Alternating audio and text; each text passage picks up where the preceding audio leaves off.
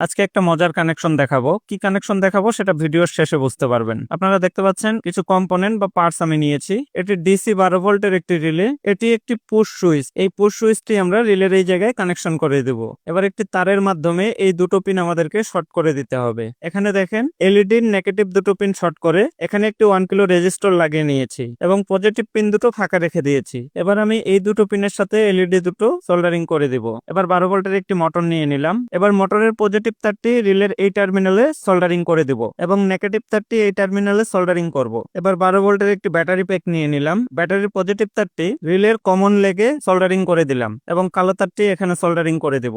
আমাদের সম্পূর্ণ কানেকশন শেষ। এবার দেখাবো ম্যাজিক। একটু খেয়াল করে দেখেন, এখন কিন্তু মোটরটা অফ আছে, এই এলইডিটা জ্বলতেছে। আমি যদি এখানে সুইচটা চাপ দেই, দেখেন মোটরটা কিন্তু চালু হয়ে গেল। এখন এখানে দেখেন, এখন কিন্তু এখানে এই এলইডিটা জ্বলতেছে। এবার আমি যদি এখানে একটা শর্ট সার্কিট ঘটাই, দেখেন পুরো সিস্টেমটাই কিন্তু অটোমেটিক বন্ধ হয়ে গেল। আবার যদি আমি সুইচটাতে একটা চাপ দেই, দেখেন অটোমেটিক কিন্তু মোটরটা চালু হয়ে গেল। আবার যদি আমি আউটপুট ভোল্টেজে একটা শর্ট সার্কিট দেই, দেখেন পুরো সিস্টেমটাই কিন্তু বন্ধ হয়ে গেল।